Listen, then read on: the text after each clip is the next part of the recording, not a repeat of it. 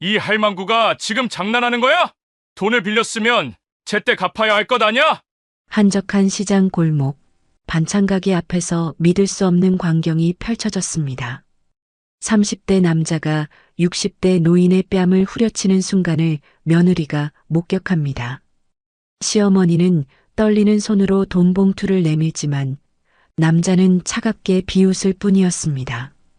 매달 100만 원씩 조폭에게 상납해야 하는 시어머니, 그 뒤에는 아들이 저지른 끔찍한 비밀이 숨어 있는데요. 며느리는 경찰에 신고하지만 경찰마저 조폭과 한패였죠. 절망 속에서 며느리가 선택한 마지막 방법은 과연 무엇이었을까요? 항상 시청해주시는 모든 분들께 감사드립니다. 오늘의 이야기 지금 바로 시작합니다. 11월 중순, 아침 공기가 차가워진 오전 10시였습니다. 은정은 시어머니에게 드릴 패딩 조끼를 비닐봉지에 담아들고 시장으로 향했습니다. 시장 골목 입구에 들어서자 익숙한 냄새가 코끝을 스쳤어요. 튀김 기름 냄새, 생선 비린내, 그리고 김치 냄새가 뒤섞인 그 특유의 시장 냄새였습니다. 은정은 걸음을 재촉했어요. 오늘은 시어머니께 조끼를 직접 입혀드리고 싶었거든요. 어머님, 이번 겨울은 따뜻하게 보내세요. 그렇게 말씀드리며 환하게 웃는 시어머니 얼굴을 상상하니 입가에 미소가 번졌습니다. 반찬 가게는 시장 안쪽 모퉁이에 있었어요. 은정은 모퉁이를 돌아서는 순간 발걸음을 멈췄습니다. 가게 앞에 낯선 남자가 서 있었거든요. 30대 초반쯤 되어 보이는 남자였습니다. 검은색 패딩 점퍼에 청바지를 입고 있었고 한 손엔 담배를, 다른 손엔 휴대폰을 들고 있었어요. 남자의 표정이 예사롭지 않았습니다. 눈썹은 찌푸려져 있었고 입술은 일자로 굳어 있었어요. 은정은 본능적으로 모퉁이 뒤로 몸을 숨겼습니다. 심장이 두근거리기 시작했어요. 왜 이러지? 뭔가 이상한데. 은정은 조심스럽게 고개를 내밀어 상황을 살폈습니다. 시어머니가 가게 문을 열고 나왔어요. 시어머니의 얼굴은 창백했습니다. 입술은 바들바들 떨리고 있었고 두 손은 앞치마를 꽉 쥐고 있었어요. 은정은 시어머니의 그런 모습을 처음 봤습니다. 평소 밝고 씩씩하던 시어머니가 아니었어요. 마치 겁에 질린 작은 새 같았습니다. 남자가 담배를 바닥에 던지며 입을 열었어요. 오늘도 늦었어요. 목소리는 낮고 차갑게 가라앉아 있었습니다. 협박하듯 천천히 내뱉는 말투였어요. 시어머니가 떨리는 손으로 흰색 봉투를 꺼냈습니다. 죄송합니다. 오늘은 좀. 시어머니의 목소리가 떨렸어요. 은정은 가슴이 철렁 내려앉는 걸 느꼈습니다. 남자가 봉투를 낚아채듯 받아들었어요. 봉투를 열어 안을 들여다보더니 표정이 급격히 굳어졌습니다. 이게 뭐예요? 남자의 목소리 톤이 확 달라졌어요. 차갑던 목소리에 날카로운 분노가 섞였습니다. 돈이 반밖에 안 들었잖아요. 시어머니가 두 손을 모으며 고개를 숙였어요. 이번 주는 손님이 적어서 다음 주에 꼭 약속 지키라고 했죠? 남자의 목소리가 시장 전체에 울릴 만큼 커졌습니다. 은정은 온몸이 얼어붙는 걸 느꼈어요. 그 순간이었습니다. 짝! 남자의 손이 시어머니의 뺨을 후려쳤어요. 소리가 골목에 메아리 쳤습니다. 은정은 눈앞이 하얗게 변하는 것 같았어요. 저게 지금 뭐 하는 거야?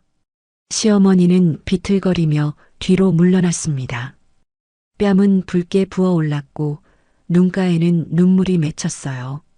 하지만 시어머니는 울지 않았습니다. 그저 입술을 깨물며 고개를 숙인 채 서 있었어요. 양손은 주먹을 쥔 채 바들바들 떨고 있었습니다. 다음엔 이런 일 없기를 바래요. 남자는 봉투를 주머니에 쑤셔 넣으며 돌아섰어요. 은정은 황급히 모퉁이 뒤로 완전히 몸을 숨겼습니다. 남자의 발걸음 소리가 점점 멀어졌어요. 은정은 거친 숨을 내쉬었습니다. 손은 떨렸고 다리에 힘이 풀렸어요. 방금 그게 진짜야? 머릿속이 하얗게 비워지는 것 같았습니다. 은정은 심호흡을 한 뒤 천천히 걸어 나갔어요. 시어머니는 여전히 가게 앞에 서 있었습니다. 뺨을 손으로 감싸고 있었고 고개는 여전히 숙여져 있었어요. 어머님, 은정의 목소리에 시어머니가 화들짝 놀라 고개를 들었습니다. 순간 시어머니의 눈빛이 흔들렸어요. 당황, 수치심, 그리고 두려움이 뒤섞인 표정이었습니다. 은정아, 언제 왔니? 시어머니가 급히 뺨에서 손을 떼며 억지 미소를 지었어요.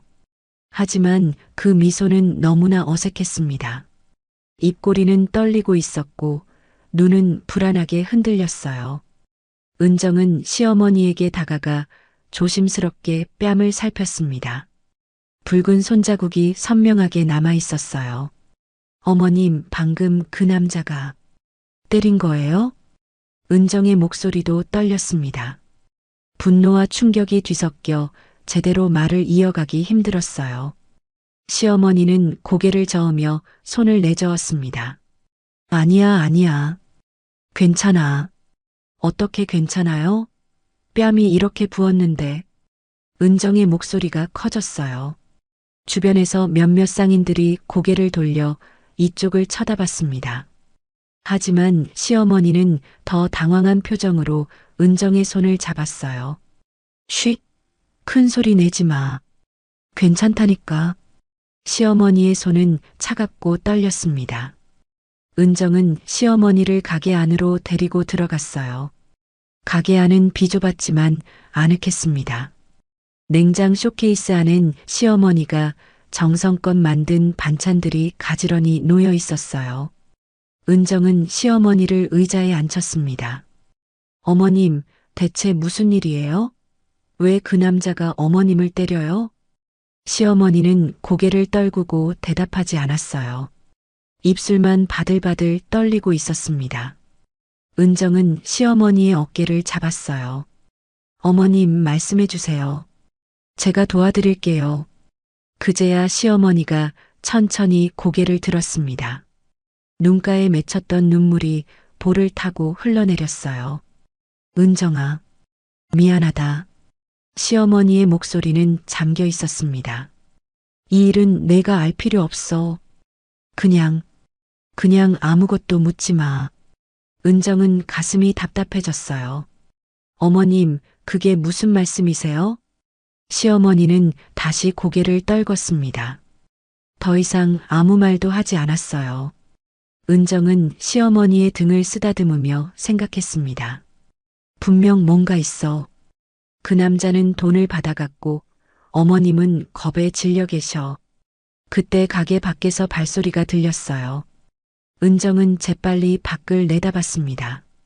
아까 그 남자가 다시 돌아온 건 아닐까 싶어 심장이 두근거렸어요. 다행히 지나가는 손님이었습니다. 은정은 안도의 한숨을 내쉬었어요. 하지만 불안감은 가시지 않았습니다. 대체 무슨 일이 벌어지고 있는 거지? 은정은 비닐봉지 속 패딩 조끼를 꺼냈어요. 어머님, 이거 드리려고 왔어요. 시어머니는 조끼를 보며 억지로 미소를 지었습니다. 고맙구나, 은정아. 하지만 그 미소는 슬펐어요. 은정은 시어머니를 안았습니다. 시어머니의 몸은 작고 떨렸어요. 시어머니는 은정의 품에서 작게 흐느꼈어요. 은정은 그 순간 마음속 깊은 곳에서 무언가가 불타오르는 걸 느꼈습니다. 누가 우리 어머님을 이렇게 만든 거야? 분노였습니다. 그리고 반드시 진실을 밝혀내겠다는 다짐이었어요. 은정은 시어머니의 등을 토닥이며 창밖을 바라봤습니다. 시장 골목은 여전히 사람들로 붐볐어요. 하지만 은정의 눈에는 그 평범한 풍경이 더 이상 평범하게 보이지 않았습니다. 이 시장에 대체 무슨 비밀이 숨어 있는 거지? 은정의 눈빛이 날카롭게 변했어요. 이제 뒤로 물러설 수 없었습니다. 그날 저녁 은정은 집으로 돌아왔습니다. 현관문을 열고 들어서는 순간 거실에서 TV 소리가 들렸어요.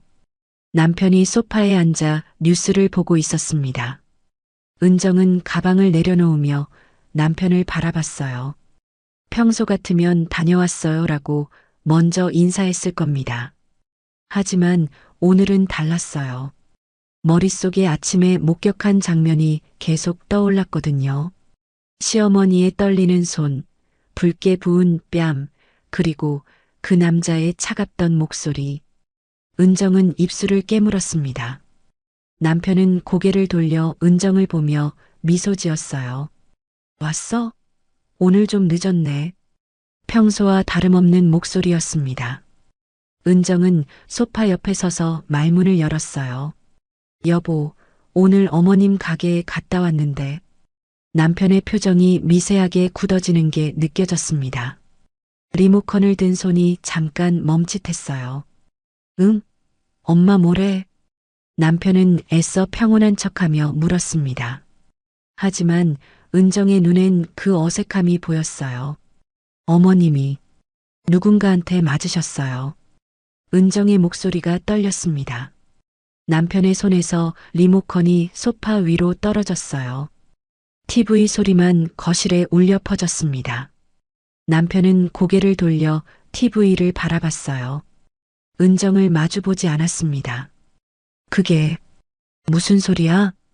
남편의 목소리는 낮게 가라앉았어요. 은정은 남편 앞으로 다가가 앉았습니다. 30대쯤 되어 보이는 남자가 어머님 뺨을 때렸어요. 제 눈앞에서요. 은정의 목소리에 분노가 섞였어요. 그 남자는 돈 봉투를 받더니 부족하다고 화를 냈어요. 대체 무슨 일인지 말해줘요. 남편은 여전히 TV만 바라보고 있었습니다. 턱을 손으로 받치고 있었는데 그 손이 미세하게 떨리고 있었어요. 시장이 원래 좀 그래. 남편이 입을 열었습니다. 사람들끼리 부딪히고 말다툼도 하고 그러는 거 아니겠어? 은정은 남편의 말을 믿을 수 없었어요. 말다툼? 이건 폭행이에요. 어머님 뺨이 시빨개지도록 때렸다고요. 은정의 목소리가 커졌습니다. 남편은 그제야 은정을 바라봤어요. 눈빛이 흔들리고 있었습니다. 불안함과 죄책감이 뒤섞인 표정이었어요. 그냥 신경 쓰지 마. 엄마가 알아서 해결할 거야. 알아서 해결한다고요? 어머님이 저한테 아무 말도 안 하셨어요. 은정은 목소리를 낮추며 남편의 손을 잡았습니다. 여보, 당신 뭔가 알고 있는 거 맞죠? 말해줘요. 남편은 은정의 손을 뿌리치듯 일어났어요. 거실을 서성이기 시작했습니다. 손으로 머리를 쓸어 넘기며 한숨을 내쉬었어요. 은정아, 그냥 넘어가. 괜히 이 일에 끼어들지 마. 끼어든다고요? 저도 이 집 사람이에요. 어머님이 힘들어 하시는데 어떻게 모른 척해요? 은정의 눈가에 눈물이 맺혔습니다. 남편은 창가로 가서 밖을 내다봤어요. 등을 돌린 채 오랫동안 말이 없었습니다. 어깨가 축 처져 있었고 목덜미가 빨갛게 상기돼 있었어요. 은정은 남편이 뭔가 숨기고 있다는 걸 확신했습니다. 당신이 말 안 하면 제가 직접 알아낼 거예요. 은정은 자리에서 일어나 방으로 향했어요. 남편이 뒤에서 작게 중얼거렸습니다. 미안해. 그 목소리가 은정의 귀에 들렸어요. 하지만 은정은 돌아보지 않았습니다. 다음 날 오전 은정은 다시 시장을 찾았습니다. 이번에는 패딩 조끼가 아니라 진실을 찾으러 온 거였어요. 시어머니의 반찬 가게 앞에 도착했습니다.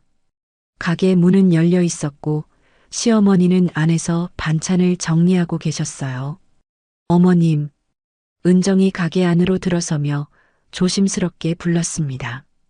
시어머니는 깜짝 놀라 고개를 들었어요. 은정아, 오늘은 왜 또... 시어머니의 목소리에는 불안함이 묻어났습니다. 은정은 시어머니 옆에 앉았어요. 어머님, 어제 그 일, 저 못 본 척할 수가 없어요. 시어머니의 표정이 굳어졌습니다. 손에 들고 있던 젓가락이 떨어져 바닥에 떨어졌어요. 은정아, 그냥 신경 쓰지 마. 괜찮다니까. 시어머니는 서둘러 젓가락을 주우며 말했습니다. 하지만 손은 여전히 떨리고 있었어요. 은정은 시어머니의 손을 잡았습니다. 어머님, 전 괜찮지 않아요. 어머님이 맞으시는 걸 봤는데 어떻게 가만히 있어요? 시어머니는 고개를 저었어요. 눈가가 붉어지기 시작했습니다. 은정아, 이건 너한테 짐 지우고 싶지 않아. 짐이 아니에요. 가족이잖아요. 은정의 목소리가 떨렸어요. 시어머니는 한참을 말없이 앉아 있었습니다. 입술을 깨물고 눈물을 참으려 애쓰고 있었어요. 그냥 시장 일이야. 다들 그렇게 산다. 시어머니의 목소리는 힘없이 흔들렸습니다. 그 남자는 누구예요? 왜 어머님한테 돈을 받아가는 거예요? 은정이 다그치듯 물었어요. 시어머니는 대답하지 않았습니다. 그저 고개를 떨구고 앉아 있었어요. 은정은 가게 안을 둘러봤습니다. 계산대 옆에 시어머니의 낡은 가방이 놓여 있었어요. 가방 지퍼가 열려 있었고 안에서 지갑이 살짝 보였습니다. 은정은 시어머니를 바라봤어요. 시어머니는 여전히 고개를 숙인 채 움직이지 않았습니다. 은정은 조심스럽게 가방 쪽으로 손을 뻗었어요. 지갑을 꺼내 열었습니다. 신분증과 카드 사이에 작은 메모지 한 장이 끼어 있었어요. 은정은 메모지를 꺼내 펼쳤습니다. 손글씨로 날짜와 금액이 적혀 있었어요. 9월 5일 125만 원, 10월 5일 125만 원, 11월 5일 125만 원. 은정의 손이 떨렸습니다. 어머님, 이게 뭐예요? 시어머니가 화들짝 놀라 고개를 들었어요. 그건. 시어머니는 급히 은정의 손에서 메모지를 빼앗았습니다. 보지 마. 이건 내가 볼 게 아니야. 시어머니의 목소리가 떨렸어요. 눈에선 눈물이 주르륵 흘러내렸습니다. 은정은 시어머니를 꽉 안았어요. 어머님, 혼자 끙끙 앓지 마세요. 제발이요. 시어머니는 은정의 품에서 흐느꼈습니다. 작고 가느다란 어깨가 흔들렸어요. 미안해. 미안해. 시어머니는 그 말만 반복했습니다. 은정은 눈물을 훔치며 시어머니의 등을 쓰다듬었어요. 가슴속에서 뭔가가 타오르는 걸 느꼈습니다. 분노였어요. 그리고 반드시 이 상황을 끝내겠다는 결심이었습니다. 그날 밤 은정은 남편을 마주 앉혔어요.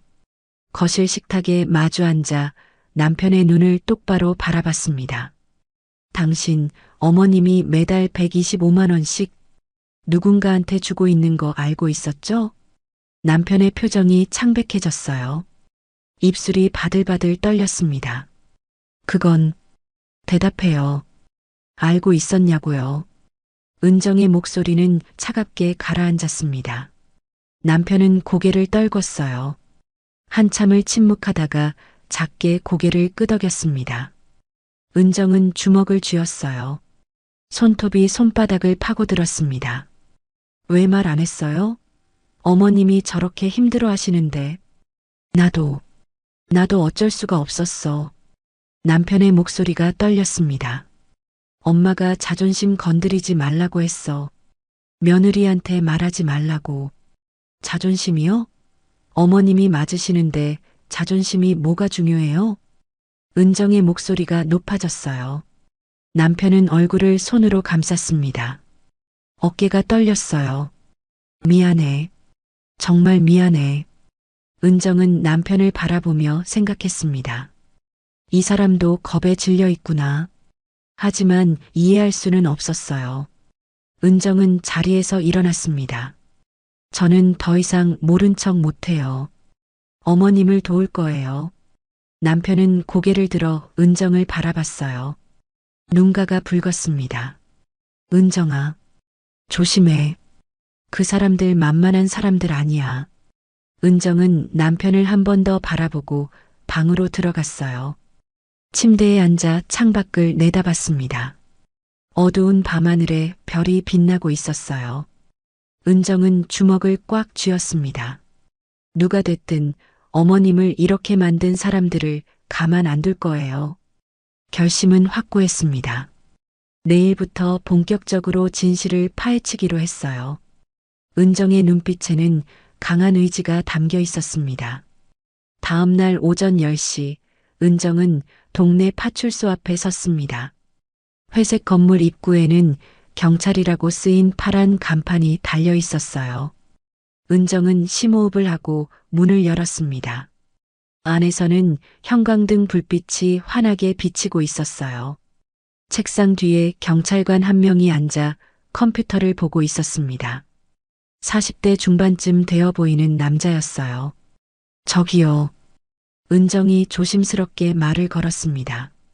경찰관이 고개를 들어 은정을 봤어요. 무슨 일이세요? 목소리는 무뚝뚝했습니다.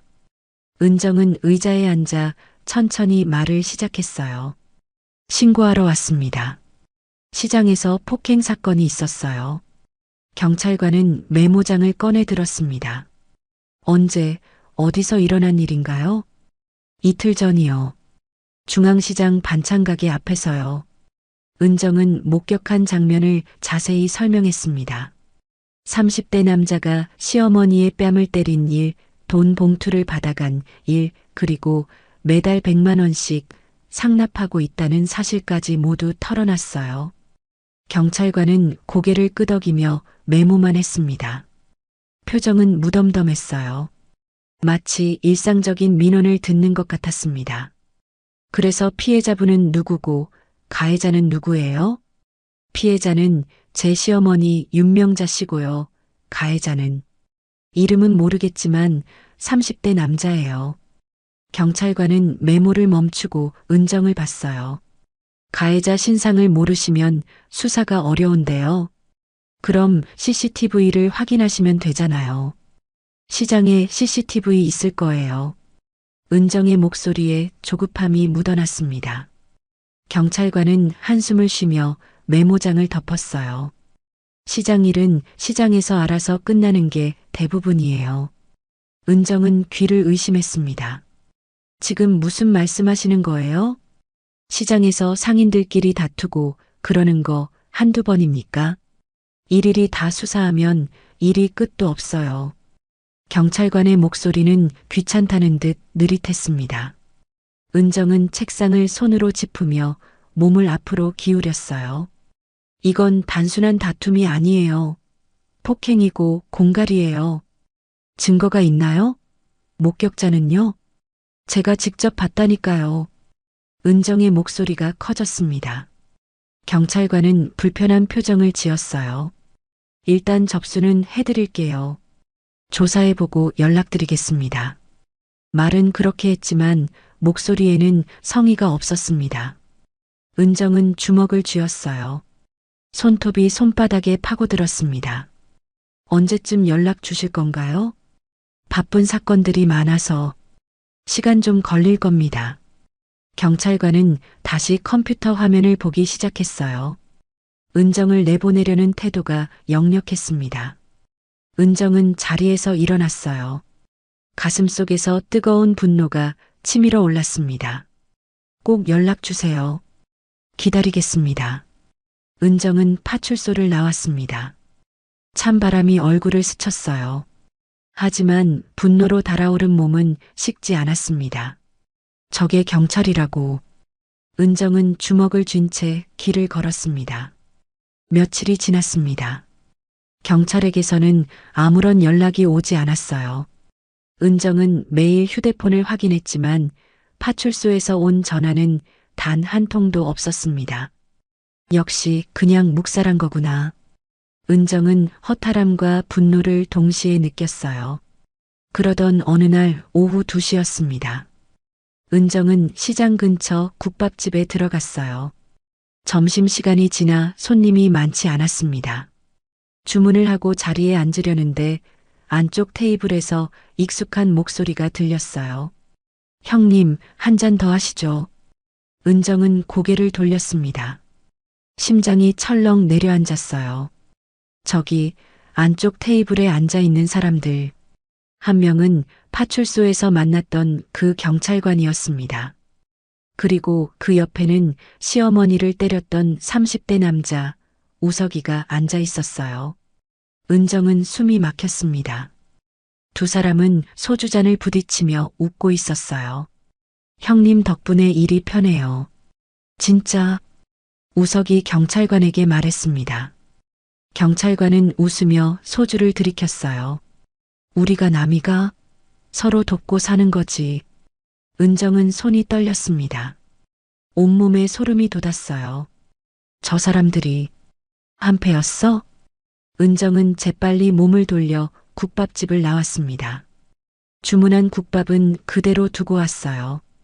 밖으로 나오자 다리에 힘이 풀렸습니다.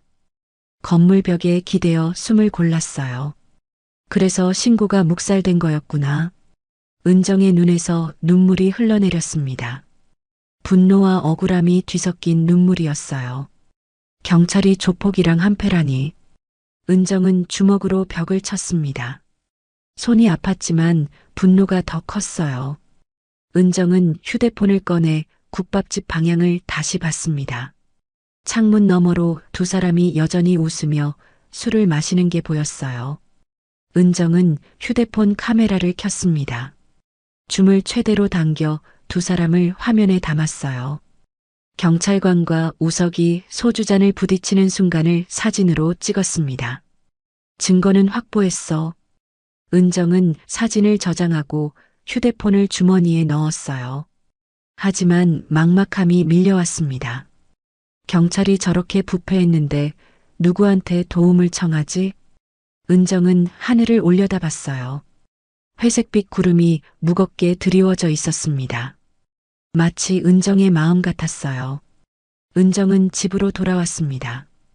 거실에 앉아 찍어둔 사진을 다시 봤어요. 경찰관과 우석이 웃고 있는 모습이 화면에 선명하게 담겨 있었습니다. 이걸로 뭘 할 수 있을까? 은정은 고민에 빠졌어요. 그때 현관문이 열리는 소리가 났습니다. 남편이 퇴근해서 들어왔어요. 다녀왔어. 남편은 피곤한 표정으로 소파에 앉았습니다. 은정은 남편에게 다가가 휴대폰을 보여줬어요. 이것 좀 봐요. 남편은 화면을 보더니 얼굴이 창백해졌습니다. 이게 언제 찍은 거야? 오늘 오후에요. 국밥집에서 우연히 봤어요. 은정의 목소리는 차갑게 가라앉았습니다. 경찰이 조폭이랑 한패예요. 그래서 제 신고가 묵살된 거였어요. 남편은 휴대폰에서 눈을 떼지 못했어요. 손이 미세하게 떨리고 있었습니다. 은정아, 이거 위험해. 이런 거 들고 다니면 안 돼. 위험하긴 뭐가 위험해요? 진실을 밝혀야죠. 은정의 목소리가 높아졌어요. 남편은 고개를 저었습니다. 그 사람들 만만한 사람들 아니야. 진짜 다칠 수 있어. 그럼 어쩌라는 거예요? 어머님이 계속 맞으면서 살라고요? 은정은 남편의 손을 뿌리쳤어요. 당신은 겁쟁이에요. 자기 엄마도 못 지키면서. 남편은 아무 말도 하지 못했습니다. 고개를 떨군 채 주먹을 쥐고 있었어요. 은정은 방으로 들어가 문을 닫았습니다. 침대에 앉아 다시 사진을 봤어요. 혼자서라도 이 일을 끝낼 거야. 은정의 눈빛에는 강한 결의가 담겨 있었습니다. 더 이상 누구도 믿을 수 없었어요. 경찰도 소용없고 남편도 겁에 질려 있었습니다. 내가 직접 해야 해. 은정은 휴대폰을 꽉 쥐었어요. 손에 땀이 배어 나왔습니다. 하지만 두려움보다는 분노가 더 컸어요. 이 사진을 어떻게 쓸 수 있을까? 은정은 밤새 고민했습니다. 창밖으로 달빛이 희미하게 비쳤어요. 은정은 이불을 덮고 누웠지만 잠이 오지 않았습니다. 머릿속에는 시어머니의 떨리는 손과 붉게 부은 뺨이 계속 떠올랐어요. 반드시 어머님을 구해낼 거예요. 은정은 눈을 감으며 다짐했습니다. 내일부터 새로운 방법을 찾아야 했어요. 경찰이 부패했다면 다른 경로로 도움을 청해야 했습니다. 누구한테 도움을 청하지? 은정의 머릿속에 한 사람이 떠올랐어요. 외삼촌. 경찰대를 나와 지금은 경정으로 일하고 있는 외삼촌이었습니다. 맞아, 외삼촌한테 연락해야겠어. 은정은 가슴속에서 희망이 피어오르는 걸 느꼈어요. 작지만 확실한 희망이었습니다. 은정은 눈을 뜨고 천장을 바라봤어요. 조금만 기다려요, 어머님. 제가 꼭 도와드릴게요. 은정의 입가에 작은 미소가 번졌습니다. 포기하지 않을 거였어요. 끝까지 싸울 거였습니다. 다음 날 아침 9시, 은정은 다시 시장을 찾았습니다. 이번에는 시어머니 가게가 아니라 다른 가게들을 둘러볼 생각이었어요. 시장 입구에 들어서자 과일 가게 아주머니가 눈에 띄었습니다. 60대쯤 되어 보이는 아주머니였어요. 은정은 사과 몇 개를 집어들며 조심스럽게 말을 꺼냈습니다. 아주머니, 여기 장사 오래 하셨어요? 아주머니는 사과를 봉투에 담으며 고개를 끄덕였어요. 15년 됐지. 왜? 혹시 이 시장에서 돈 걷어가는 사람들 있나요? 은정의 질문에 아주머니의 손이 멈췄습니다. 얼굴이 순간 굳어지더니 주변을 두리번거렸어요. 왜 그런 걸 물어? 목소리가 낮아졌습니다. 경계하는 눈빛이었어요. 은정은 한 발짝 가까이 다가갔습니다. 제 시어머니가 그 사람들한테 맞으셨어요. 아주머니의 표정이 변했어요. 눈빛이 흔들리더니 한숨을 내쉬었습니다. 너도 당했구나. 아주머니는 주변을 다시 살피며 작은 목소리로 말했어요. 저기 뒤쪽으로 와봐. 두 사람은 가게 뒤편으로 이동했습니다. 좁은 골목이었고 사람들 눈에 잘 띄지 않는 곳이었어요. 아주머니는 팔짱을 끼며 입을 열었습니다. 이 시장 전체가 그 사람들 손아귀에 있어. 그 사람들이 누군데요? 조폭이지. 뭐? 아주머니의 목소리는 체념이 묻어 있었어요. 매달 관리비라고 돈을 걷어가. 우리는 어쩔 수 없이 내고 있지. 은정은 가슴이 답답해졌습니다. 얼마나 내는데요? 우리 같은 작은 가게는 10만 원씩, 큰 가게는 더 내고. 아주머니는 고개를 저으며 한숨을 또 내쉬었어요. 그런데 반찬 가게는 좀 특별해. 특별하다니요? 100만 원씩 낸다더라고. 우리보다 10배나 많이. 은정은 눈을 크게 떴습니다. 왜요? 왜 그렇게 많이 내야 하는데요? 아주머니는 입술을 깨물었어요. 그건 나도 정확히는 몰라. 근데 반찬가게 사장님이 뭔가 빚이 있다더라. 은정의 머릿속이 복잡해졌습니다. 빚이요? 응. 자세한 건 모르겠는데 그래서 다른 가게보다 훨씬 많이 내는 거래. 아주머니는 은정의 어깨를 토닥였어요. 어쨌든 조심해. 그 사람들 건드리면 안 돼. 은정은 고개를 끄덕였습니다. 하지만 마음속에서는 분노가 타올랐어요. 과일 가게를 나와 시장 안쪽으로 들어갔습니다. 생선 가게 아저씨와도 이야기를 나눴어요. 예, 매달 내줘. 안 내면 가게 부숴버린다고 협박하니까요. 건어물 가게 할머니는 눈물을 글썽이며 말했습니다. 우리가 뭘 어쩌겠어. 경찰도 소용없고. 반찬 가게 옆 떡집 사장님도 비슷한 이야기를 했어요. 50개 가게가 넘는데 다들 돈 내고 있어요. 시장 전체가 그 사람들 밑에 있는 거죠. 은정은 듣는 내내 주먹을 쥐고 있었습니다. 손톱이 손바닥을 파고들었어요. 이게 말이 돼? 시장은 겉으로 보기엔 평화로웠습니다. 사람들은 장을 보고 상인들은 물건을 팔고 있었어요. 하지만 그 평화 뒤에는 조폭의 그림자가 드리워져 있었습니다. 은정은 시장 한가운데 서서 주변을 둘러봤어요. 이 사람들이 모두 두려움 속에서 살고 있구나. 점심때가 되자 은정은 시어머니 가게로 갔습니다. 시어머니는 가게 안에서 김치를 담고 계셨어요. 은정이 들어서자 깜짝 놀라며 고개를 들었습니다. 은정아, 오늘은 왜? 어머님, 제가 상인분들한테 물어봤어요. 은정은 시어머니 앞에 앉았어요. 이 시장 전체가 조폭한테 돈을 내고 있더라고요. 시어머니의 얼굴이 창백해졌습니다. 손에 들고 있던 집게가 바닥에 떨어졌어요.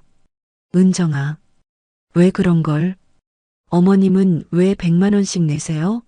다른 분들은 10만 원인데. 은정의 목소리가 떨렸습니다. 시어머니는 고개를 떨구고 대답하지 않았어요. 어깨가 작게 떨리고 있었습니다. 어머님, 빚이 있으신 거예요? 시어머니의 눈에서 눈물이 흘러내렸어요. 은정아, 미안해. 시어머니의 목소리는 잠겨 있었습니다. 내가 잘못했어. 은정은 시어머니를 꽉 안았어요. 어머님 잘못 아니에요. 어머님이 뭘 잘못하셨어요? 시어머니는 은정의 품에서 흐느꼈습니다. 돈이 부족한 날엔 그 사람들이 와서 소리를 질러. 시어머니의 목소리는 떨렸어요. 가게 앞에서 욕하고 물건 던지고 나는 그냥 참을 수밖에 없었어. 은정은 눈물을 참았습니다. 가슴이 찢어지는 것 같았어요. 어머님이 얼마나 무서웠을까. 시어머니는 계속 말을 이었어요. 상인들한테도 돈을 빌렸어. 하지만 이젠 빌릴 곳도 없어. 은정은 시어머니의 등을 쓰다듬었습니다. 어머님, 이제 혼자 안 괴로우셔도 돼요. 제가 도와드릴게요. 시어머니는 고개를 저었어요. 은정아, 너까지 위험해지면 안 돼. 전 괜찮아요. 어머님을 이대로 둘 순 없어요. 은정의 목소리에는 강한 결의가 담겨 있었습니다. 시어머니는 은정을 바라보며 눈물을 닦았어요. 고맙구나. 두 사람은 한참을 그렇게 앉아 있었습니다. 가게 밖으로 장사하는 소리가 들렸어요. 하지만 가게 안은 고요했습니다. 은정은 창밖을 바라봤어요. 이 시장 전체를 구해야 해. 은정의 머릿속에는 계획이 생기기 시작했습니다. 혼자서는 할 수 없었어요. 도움이 필요했습니다. 외삼촌한테 연락해야겠어. 은정은 가방에서 휴대폰을 꺼냈습니다. 외삼촌 김도연 경정의 번호를 찾았어요. 손가락이 화면 위에서 멈칫했습니다. 이걸로 정말 해결할 수 있을까? 불안함이 스쳤지만 은정은 결심을 굳혔어요. 전화를 걸었습니다.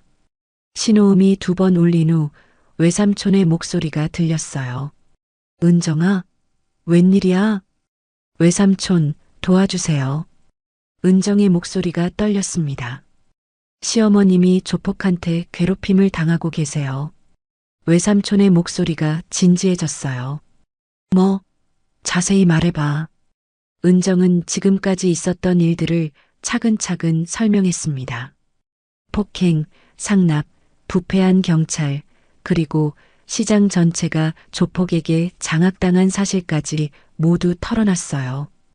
외삼촌은 조용히 듣고 있었습니다. 은정의 이야기가 끝나자 외삼촌이 입을 열었어요. 은정아, 이건 단순한 폭행 사건이 아니야. 네. 이건 조직적인 범죄야. 시장 전체를 대상으로 한 공갈과 협박이지. 외삼촌의 목소리는 무거웠어요. 지금 당장 만나자. 내가 직접 조사할게. 은정은 안도의 한숨을 내쉬었습니다. 고맙습니다, 외삼촌. 가족인데 뭘. 이번 주 금요일에 우리 집으로 와. 그때까지 증거 최대한 모아오고. 전화를 끊고 은정은 시어머니를 바라봤어요. 어머님, 이제 괜찮아지실 거예요. 시어머니는 불안한 표정으로 은정을 봤습니다. 정말 괜찮을까? 네. 제 외삼촌이 경찰 간부세요. 꼭 도와주실 거예요. 은정은 시어머니의 손을 꽉 잡았어요. 어머님, 조금만 참으세요. 곧 끝날 거예요. 시어머니는 고개를 끄덕였습니다. 눈가에는 여전히 눈물이 맺혀 있었지만 표정은 조금 밝아졌어요. 은정은 가게를 나와 시장 골목을 걸었습니다. 상인들이 장사하는 모습이 보였어요. 곧 이분들도 자유로워질 거예요. 은정은 주먹을 쥐었습니다. 이제 반격이 시작될 거였어요. 더 이상 참고만 있을 순 없었습니다. 은정의 눈빛에는 강한 의지가 타오르고 있었어요. 며칠 후 은정은 시어머니 집을 찾았습니다. 시어머니가 감기 몸살로 이틀째 누워 계셨거든요. 은정은 죽을 끓여가지고 갔어요. 어머님, 죽 드세요. 시어머니는 침대에 기대앉아 죽을 받았습니다. 얼굴은 창백했고 목소리는 잠겨 있었어요. 고맙구나, 은정아. 은정은 시어머니가 죽을 드시는 동안 방을 둘러봤습니다. 작은 방이었어요. 오래된 옷장과 화장대, 그리고 서랍장 하나가 전부였습니다. 어머님, 병원 다녀오셨어요? 응, 어제 다녀왔어. 약 먹으면 괜찮을 거래. 시어머니는 죽그릇을 내려놓으며 기침을 했어요. 은정은 물을 따라드렸습니다. 어머님, 실비보험 있으시죠? 청구하시면 돼요. 아, 그래야 하는데. 어떻게 하는지 잘 몰라서. 제가 도와드릴게요. 서류 어디 있어요?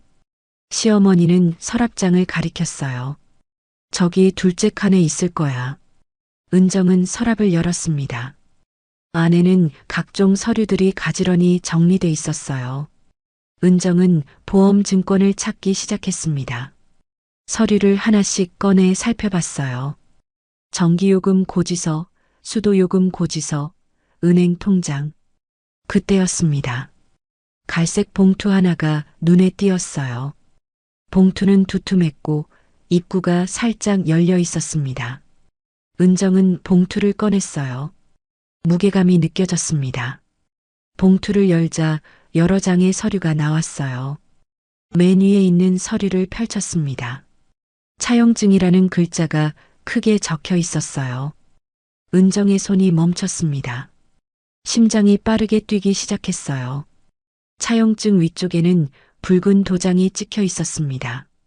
대한금융이라는 상호가 적혀 있었어요. 은정은 차용증을 자세히 읽기 시작했습니다.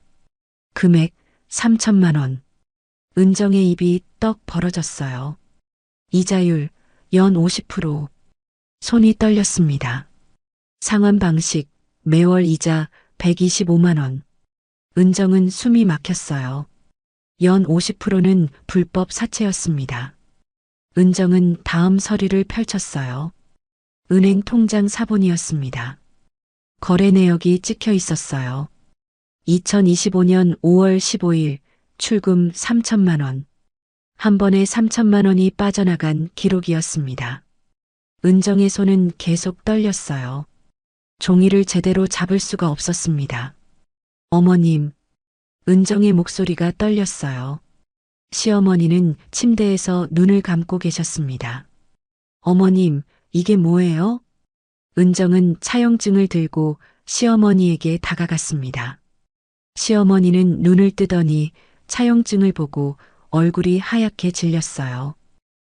그건 시어머니의 입술이 바들바들 떨렸습니다. 어머님, 사채를 쓰신 거예요? 은정의 목소리가 높아졌어요. 시어머니는 고개를 돌렸습니다. 대답하지 않았어요. 은정은 시어머니 앞에 무릎을 꿇고 앉았습니다. 어머님, 대체 왜요? 왜 이런 돈을 빌리셨어요? 시어머니의 눈에서 눈물이 주르륵 흘러내렸어요. 은정아, 미안해. 시어머니의 목소리는 힘없이 떨렸습니다. 말씀하세요. 왜 이런 돈을 빌리셨는지. 은정도 눈물이 났어요. 시어머니는 한참을 침묵하다가 입을 열었습니다. 태준이가 주식으로 돈을 날렸어. 은정의 머릿속이 하얗게 변했어요. 뭐라고요? 3천만 원을 주식에 넣었는데 전부 잃었다더라. 시어머니는 흐느끼기 시작했어요. 태준이가 내 앞에서 무릎 꿇고 빌었어. 이 일을 내게 알리지 말라고. 은정은 주먹을 쥐었습니다. 손톱이 손바닥을 파고들었어요. 태준이가 걱정하더라고. 너한테 비난받을까봐. 너한테 부담 줄까봐. 시어머니의 목소리는 끊어졌어요. 그래서 내가 알아서 갚겠다고 했어. 은정은 눈물을 닦았습니다. 어머님, 그래서 사채를 쓰신 거예요? 시어머니는 고개를 끄덕였어요.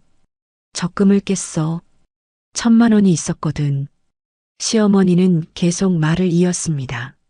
하지만 3천만 원이 필요했잖아. 은행에 가봤는데 대출이 안 나오더라고. 나이도 많고 소득도 적어서. 그래서요? 시장 옆에 대부업체가 있었어. 대한금융. 거기서 3천만 원을 빌렸지. 은정은 손이 떨렸습니다. 연 50% 이자. 한 달에 125만 원씩 내야 했어. 어머님, 그렇게 3천만 원을 만들어서 태준이한테 전부 보냈어. 시어머니의 목소리는 점점 작아졌어요. 그런데 생활비가 부족했어. 가게 수입만으로는 이자도 못 냈거든. 적금은요? 적금 1,000만 원으로 버텼지. 생활비도 쓰고 매달 이자도 내고. 시어머니는 고개를 떨궜습니다. 하지만 6개월 만에 다 떨어졌어. 이제 한 푼도 남지 않았어. 그래서 조폭한테 매달 100만 원씩 내신 거예요? 시어머니는 고개를 끄덕였어요. 이자야. 원금은 하나도 못 갚고 있어. 은정은 눈물을 참을 수 없었습니다. 눈물이 볼을 타고 흘러내렸어요. 어머님, 왜 혼자 이렇게 괴로워하셨어요? 너한테 짐 지우고 싶지 않았어. 태준이도 미안해하는데. 시어머니는 은정의 손을 잡았어요. 내가 잘못했어. 내가 아들을 잘못 키운 거야. 아니에요, 어머님. 어머님 잘못 아니에요. 은정은 시어머니를 꽉 안았습니다. 두 사람은 한참을 그렇게 울었어요. 방 안에는 흐느끼는 소리만 가득했습니다. 시간이 얼마나 흘렀을까요? 은정은 눈물을 닦고 일어났습니다. 어머님, 저 집에 갔다 올게요. 은정아, 태준이한테 화내지 마. 화 안 낼게요. 얘기만 할게요. 은정은 서류들을 가방에 챙겼어요. 차용증, 통장 사본, 모든 걸 가져갔습니다. 집으로 돌아오는 길, 은정의 머릿속은 복잡했어요. 남편이 주식으로 3천만 원을 날렸다니. 시어머니는 그걸 혼자 감당하고 계셨다니. 은정은 주먹을 쥐었습니다. 태준 씨, 집에 도착했을 때는 저녁 7시였습니다. 남편은 거실 소파에 앉아 TV를 보고 있었어요. 다녀왔어? 남편은 평소처럼 인사했습니다. 은정은 대답하지 않았어요. 가방에서 차용증을 꺼내 남편 앞에 던졌습니다. 차용증이 테이블 위에 펼쳐졌어요. 남편의 얼굴이 순간 굳어졌습니다. 이게 어디서? 어머님 서랍에서 찾았어요. 은정의 목소리는 차갑게 가라앉았습니다. 남편은 차용증을 보며 입술을 깨물었어요. 은정아, 주식으로 3천만 원을 날렸다면서요? 은정의 목소리가 떨렸어요.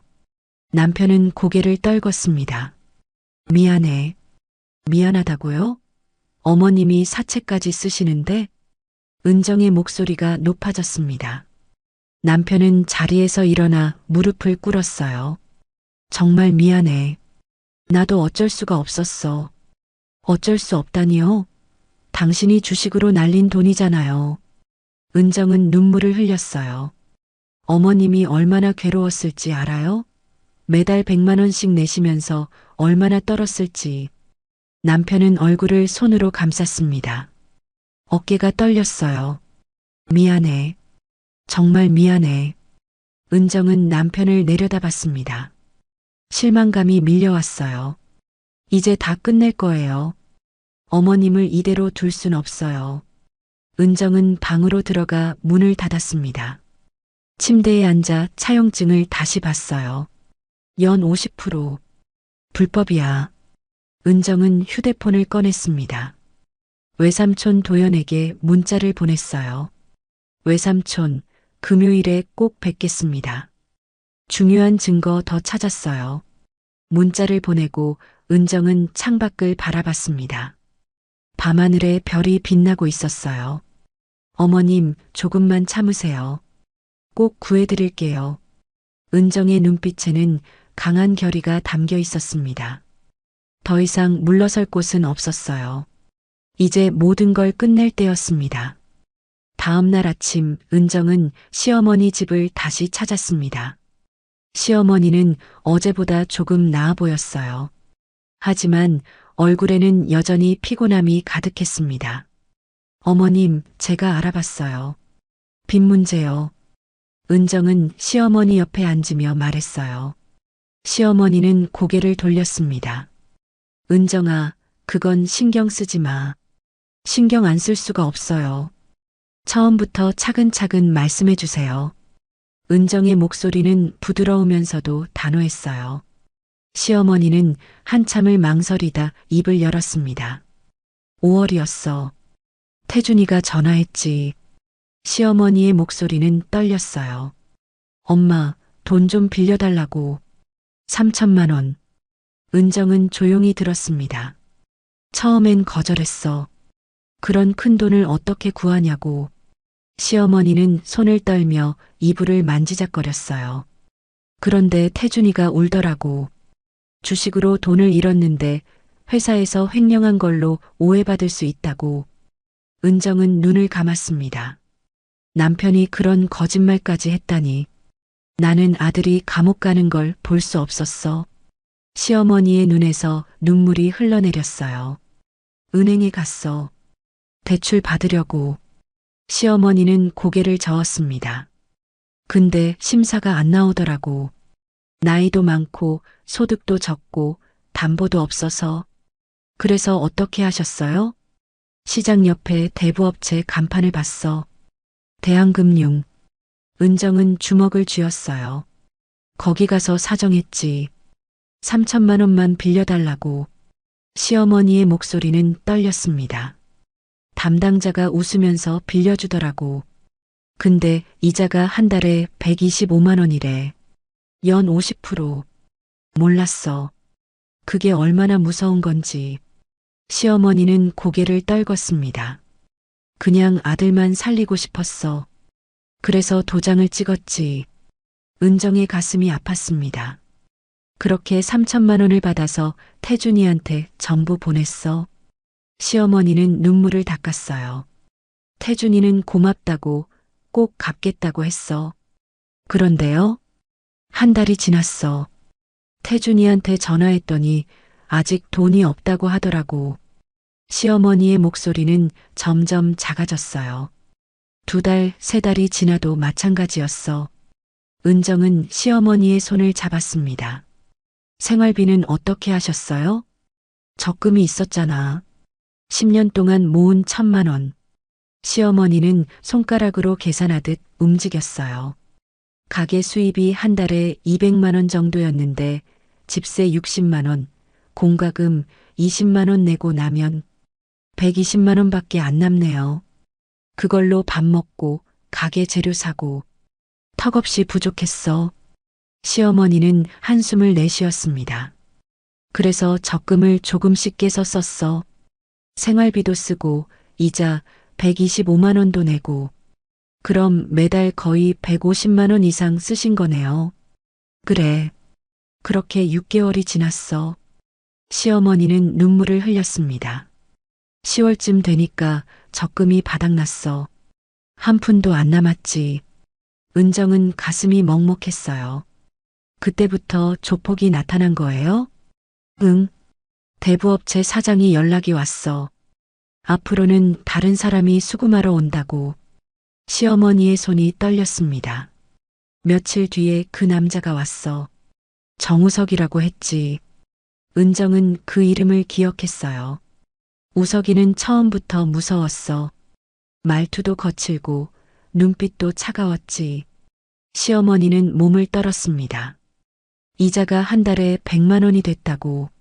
원래는 125만 원인데 깎아준다고. 그건 거짓말이에요. 처음부터 속인 거예요. 그랬나 봐. 어쨌든 나는 그때부터 매달 100만 원을 내야 했어. 시어머니는 눈물을 닦았어요. 적금도 없고 가게 수입만으론 안 되잖아. 그래서 어떻게 하셨어요? 가게 재료를 줄였어. 반찬 종류도 줄이고. 시어머니는 고개를 떨궜습니다. 밥도 하루에 2끼만 먹었어.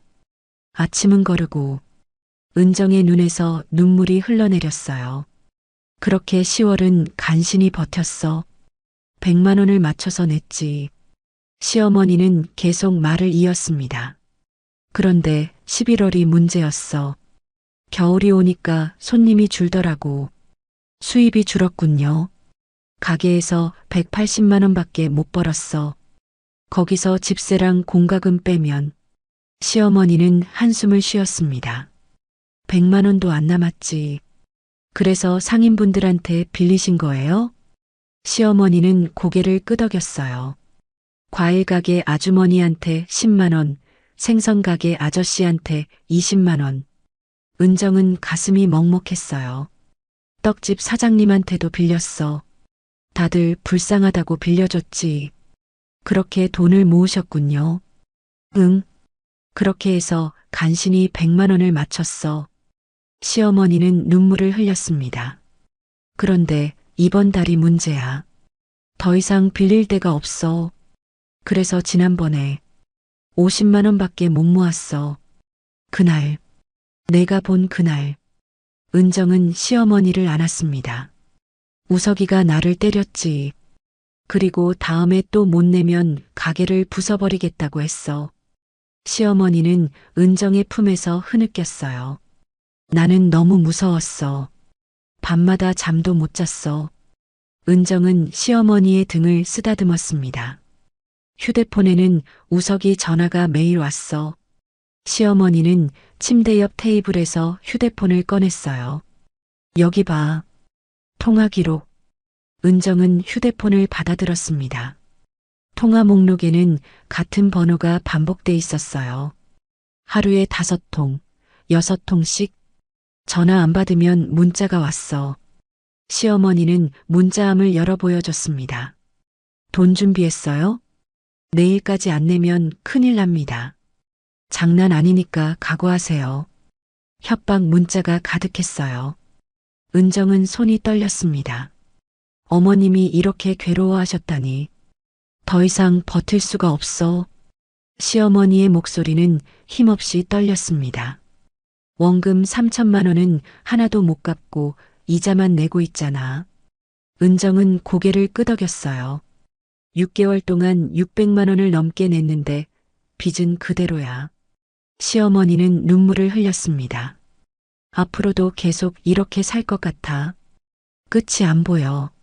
어머님, 그런 생각하지 마세요. 은정은 시어머니의 손을 꽉 잡았어요. 제가 꼭 해결할게요. 금요일에 외삼촌 만나기로 했어요. 시어머니는 눈을 크게 떴습니다. 외삼촌? 경찰 하신다는? 네, 경정이세요. 이 일을 꼭 해결해 주실 거예요. 은정의 목소리에는 확신이 담겨 있었어요. 하지만 위험하지 않을까? 괜찮아요. 외삼촌을 믿어요. 은정은 시어머니의 손을 꽉 잡았습니다. 어머님, 금요일까지만 참으세요. 그 후엔 모든 게 달라질 거예요. 시어머니는 고개를 끄덕였어요. 하지만 눈빛에는 여전히 불안함이 가득했습니다. 은정은 시어머니와 함께 점심을 먹었어요. 죽을 끓여드리고 약도 챙겨드렸습니다. 어머님, 이제 혼자 괴로워하지 마세요. 고맙구나, 은정아. 시어머니는 은정의 손을 잡았어요. 내가 있어서 다행이야. 은정은 미소를 지었습니다. 하지만 마음속에서는 분노가 타올랐어요. 금요일에 모든 걸 끝낼 거야. 은정은 가방에 모든 증거를 챙겼습니다. 차용증, 통장 사본, 협박 문자 캡처, 그리고 상인들 증언 메모. 이걸로 충분할 거야. 은정은 시어머니께 인사하고 집을 나섰어요. 찬바람이 얼굴을 스쳤습니다. 하지만 은정의 마음은 뜨거웠어요. 어머님을 꼭 구할 거예요. 그리고 이 시장도. 은정의 눈빛에는 강한 결의가 담겨 있었습니다. 금요일이 기다려졌어요. 금요일 저녁 6시 은정은 외삼촌 집 앞에 섰습니다. 서울 마포구에 있는 아파트 15층이었어요. 은정은 심호흡을 하고 초인종을 눌렀습니다. 문이 열리자 외삼촌 도연이 반갑게 맞아줬어요. 은정아, 어서 와. 도연은 50대 초반으로 단단한 체격에 날카로운 눈빛을 가진 사람이었습니다. 은정은 외삼촌을 보자 안도감이 밀려왔어요. 외삼촌, 정말 감사합니다. 거실에 들어가 소파에 앉았습니다. 도연은 차를 내오며 은정의 표정을 살폈어요. 많이 힘들었겠구나. 네.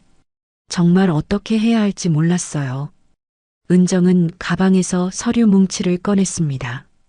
차용증, 통장 사본, 협박 문자 캡처, 상인 증언 메모.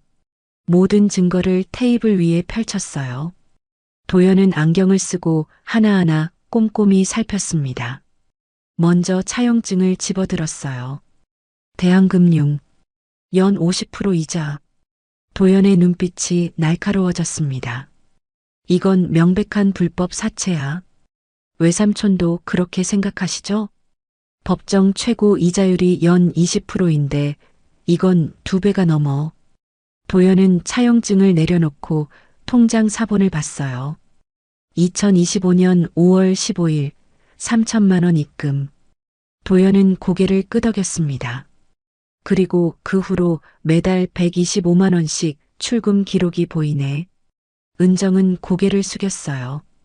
시어머니께서 6개월 동안 750만 원을 이자로 내셨어요. 원금은 하나도 못 갚으셨고요. 도연은 한숨을 쉬었습니다. 전형적인 사채 덫이야. 다음으로 협박 문자 캡처를 봤어요. 돈 준비했어요? 내일까지 안 내면 큰일 납니다. 장난 아니니까 각오하세요. 도연의 표정이 굳어졌습니다. 이건 협박이고 공갈이야. 그리고 이건 부패 경찰 증거예요. 은정은 국밥집에서 찍은 사진을 보여줬어요. 경찰과 수금채 구석이 함께 술을 마시는 사진이었습니다. 도연은 사진을 확대해서 봤어요. 이 경찰 누군지 알아? 동네 파출소 경찰관이에요. 제가 신고했는데 묵살당했어요. 도연은 입술을 깨물었습니다. 이런 쓰레기들. 도연은 사진을 내려놓고 은정을 바라봤어요. 은정아, 이건 단순한 사채 사건이 아니야. 네. 이건 조직 범죄야. 시장 전체를 대상으로 한 공갈과 협박, 폭행, 그리고 경찰 부패까지 연결돼 있어. 도연의 목소리는 무거웠습니다. 이 정도면 광역수사대가 움직여야 해. 은정은 눈을 반짝였어요. 그럼 해결할 수 있어요? 물론이지. 하지만 증거가 더 필요해. 도연은 메모장을 꺼냈습니다. 시장 상인들 중에 증언할 사람이 얼마나 돼? 제가 이야기 나눈 사람만 5명쯤 돼요. 은정은 메모를 보며 말했어요. 과일 가게, 생선 가게, 건어물 가게, 떡집, 그리고 반찬 가게. 좋아. 내가 직접 만나서 진술 받을게. 도연은 펜으로 메모하기 시작했습니다. 상납 금액, 협박 내용, 폭행 여부 모두 기록으로 남겨야 해. 지금 당장 하시는 거예요? 시간이 없어. 빨리 움직여야 해. 도연은 재킷을 꺼내 입었어요. 지금 가자. 시장 상인들 만나러. 은정은 일어섰습니다. 지금요? 저녁인데. 범죄자들은 밤에도 활동해. 우리도 빨리 움직여야 해. 두 사람은 외삼촌의 차를 타고 시장으로 향했습니다. 밤 7시 시장은 여전히 붐볐어요. 저녁장을 보는 사람들로 가득했습니다. 은정과 도연은 과일 가게로 먼저 갔어요. 아주머니는 가게를 정리하고 있었습니다. 아주머니, 저예요. 은정이 다가가자 아주머니는 놀란 표정을 지었어요. 은정이 아니니? 이 시간에 웬일이야? 소개할 분이 있어요. 제 외삼촌이세요. 도연이 한 발짝 앞으로 나섰습니다. 안녕하세요. 경찰 김도연입니다. 도연은 경찰 신분증을 보여줬어요. 아주머니는 눈을 크게 떴습니다. 경찰이요? 네. 시장에서 벌어지는 범죄를 조사하고 있습니다. 도연의 목소리는 차분하면서도 권위가 있었어요. 혹시 조폭에게 돈을 상납하고 계신가요? 아주머니는 주변을 두리번거렸습니다. 여기서 말하기 그런데 걱정 마세요. 비밀이 보장됩니다. 도연은 녹음기를 꺼냈어요. 진술만 받으면 돼요. 신원은 철저히 보호할게요. 아주머니는 망설이다가 고개를 끄덕였습니다. 매달 10만 원씩 내요. 6개월째예요. 누구한테 내시나요? 정우석이라는 사람이요. 30대쯤 되어 보이는 남자예요. 도연은 메모를 했습니다. 협박이나 폭행을 당한 적 있으신가요? 협박은 매번 해요. 안 내면 가게 부순다고. 아주머니의 목소리가 떨렸어요. 한 번은 물건을 집어던진 적도 있어요. 도연은 계속 메모를 했습니다. 다른 상인들도 같은 상황인가요? 네, 거의 다요.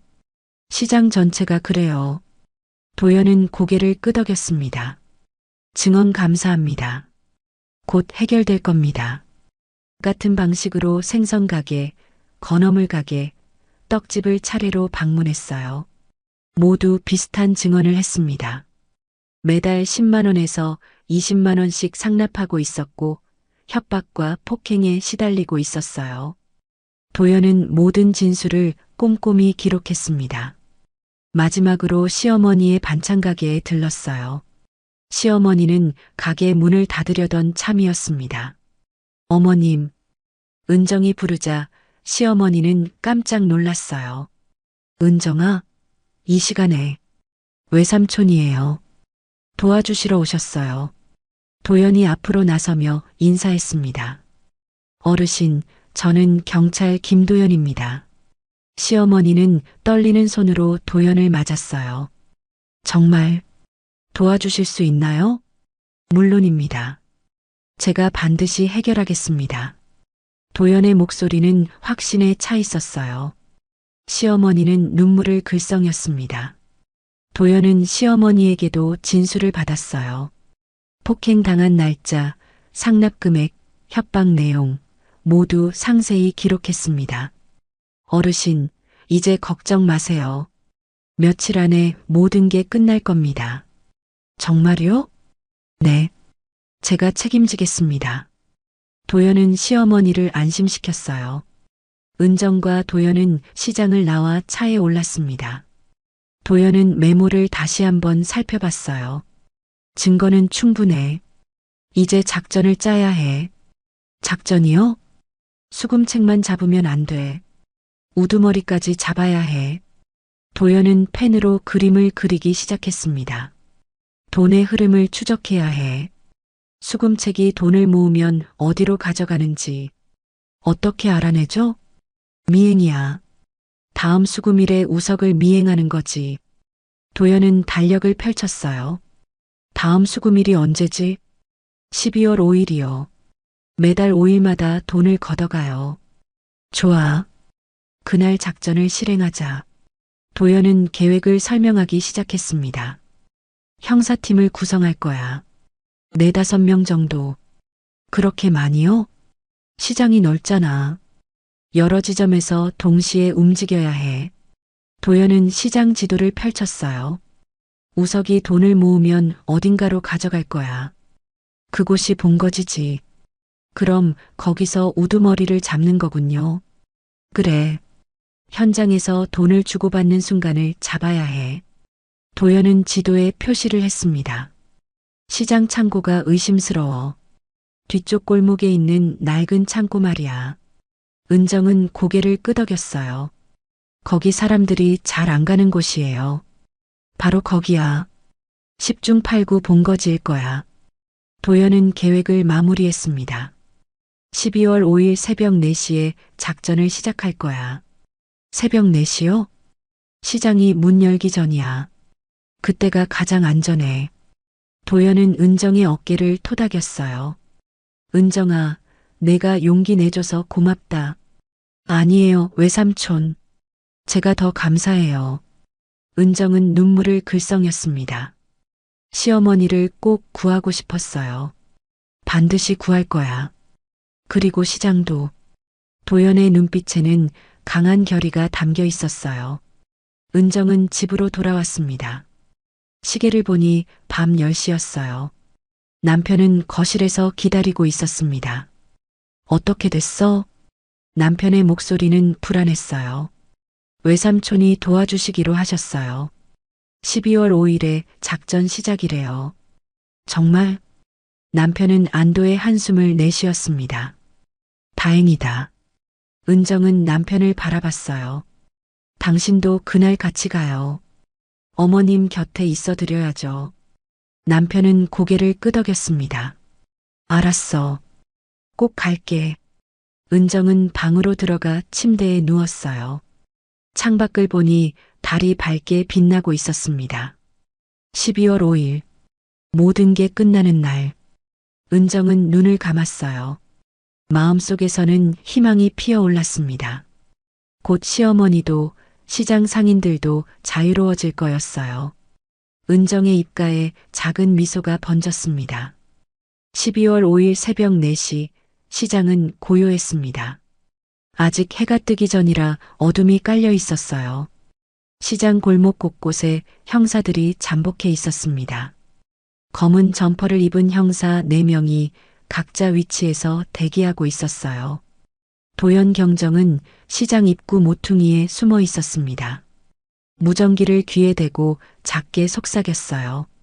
1번 위치 이상 무, 2번 위치 이상 무, 3번 위치 이상 무, 4번 위치 이상 무. 형사들의 목소리가 차례로 들렸습니다. 도연은 시계를 봤어요. 새벽 4시 30분. 곧 나타날 거야. 도연은 숨을 죽이며 골목을 주시했습니다. 은정은 시장에서 조금 떨어진 차 안에 있었어요.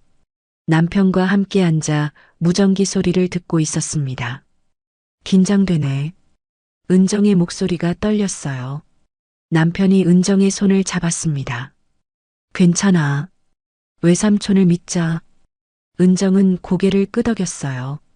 하지만 가슴은 두근거렸습니다. 새벽 4시 40분 골목 끝에서 인기척이 들렸어요. 도연은 몸을 더욱 낮췄습니다. 검은 패딩을 입은 남자가 나타났어요. 바로 우석이었습니다. 우석은 담배를 피우며 천천히 걸어왔어요. 한 손에는 검은 가방을 들고 있었습니다. 도연은 무전기에 대고 속삭였어요. 목표 출현. 전원 대기. 형사들은 숨을 죽이며 우석의 움직임을 추적했습니다. 우석은 첫 번째 가게 앞에 멈춰 섰어요. 과일 가게였습니다. 아직 문은 닫혀 있었지만 우석은 기다리지 않았어요. 가게 문을 두드렸습니다.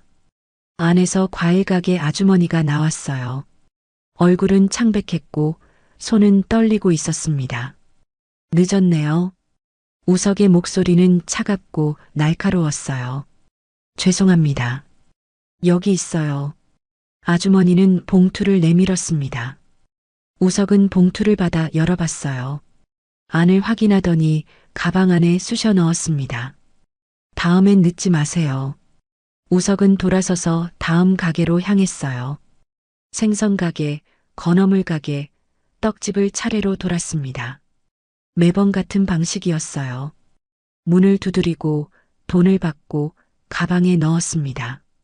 도연은 우석의 동선을 무전기로 전달했어요. 목표 이동 중 3번 위치 경계. 형사들은 보이지 않게 우석을 따라갔습니다. 마지막으로 우석은 반찬 가게 앞에 섰어요. 시어머니의 가게였습니다. 문을 두드리자 시어머니가 나왔어요. 얼굴은 겁에 질려 있었고 손은 바들바들 떨렸습니다. 오늘은 준비했겠죠? 우석의 목소리는 위협적이었어요. 네. 여기. 시어머니는 봉투를 내밀었습니다. 우석은 봉투를 받아 열어봤어요. 안을 확인하더니 만족스러운 표정을 지었습니다. 이래야 일이 편하죠. 우석은 봉투를 가방에 넣고 돌아섰어요.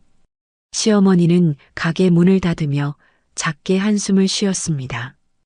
우석은 수금을 마치고 시장 뒤쪽으로 향했어요. 도연은 무전기에 대고 속삭였습니다. 목표 이동. 예상 경로 뒤쪽 창고. 형사들은 거리를 두고 우석을 따라갔어요. 우석은 뒤쪽 골목으로 들어갔습니다. 좁고 어두운 골목이었어요. 가로등도 없어서 더욱 으스스했습니다. 골목 끝에 낡은 창고가 보였어요. 녹슨 철문에 페인트가 벗겨진 낡은 건물이었습니다. 우석은 창고 문을 두드렸어요. 형님, 저예요. 안에서 문이 열렸습니다. 50대 초반쯤 되어 보이는 남자가 나왔어요. 머리는 짧게 깎았고 얼굴에는 흉터가 있었습니다. 바로 우두머리 백종두였어요. 들어와. 종두의 목소리는 굵고 거칠었습니다. 우석은 창고 안으로 들어갔어요. 도연은 창고에서 50m 떨어진 곳에 숨어 있었습니다. 형사들도 각자 위치에서 대기하고 있었어요. 전원 대기. 거래 확인 후 진입. 도연은 무전기로 지시했습니다. 창고 안에서는 불빛이 새어나왔어요. 우석이 가방을 테이블 위에 올려놓는 소리가 들렸습니다. 오늘 수금 얼마야? 종두가 물었어요. 550만 원입니다, 형님. 우석이 대답했습니다. 종두는 가방을 열어 돈을 확인했어요. 봉투를 하나씩 꺼내 펼쳐봤습니다. 반찬 가게는 100만 원 냈습니다. 그래, 잘했어. 종두는 만족스러운 표정을 지었어요. 돈을 세기 시작했습니다. 이번 달도 잘 돌아가네. 종두가 웃으며 말했습니다. 근데 한 군데가 좀 부족하던데. 우석이 말을 꺼냈어요. 어디? 철물점이요. 50만 원 내야 하는데 30만 원밖에 안 냈어요. 종두의 표정이 굳어졌습니다. 그래, 손 좀 봐야겠네. 종두는 테이블 옆에 있던 쇠파이프를 집어들었어요. 내일 가서 경고하자. 바로 그 순간이었습니다. 도연이 무전기에 대고 외쳤어요. 지금이다. 전원 진입. 형사들이 동시에 움직였습니다. 정면, 후문, 창문, 세 방향에서 동시에 진입했어요. 경찰이다. 움직이지 마. 도연이 큰 소리로 외쳤습니다. 종두와 우석은 깜짝 놀라 뒤로 물러섰어요. 뭐야? 종두가 쇠파이프를 휘둘렀습니다. 하지만 형사 한 명이 재빠르게 달려들어 종두의 팔을 잡았어요. 쇠파이프가 바닥에 떨어졌습니다. 우석은 창문으로 도망치려 했어요. 하지만 창문 쪽에 대기하고 있던 형사가 우석을 붙잡았습니다. 나.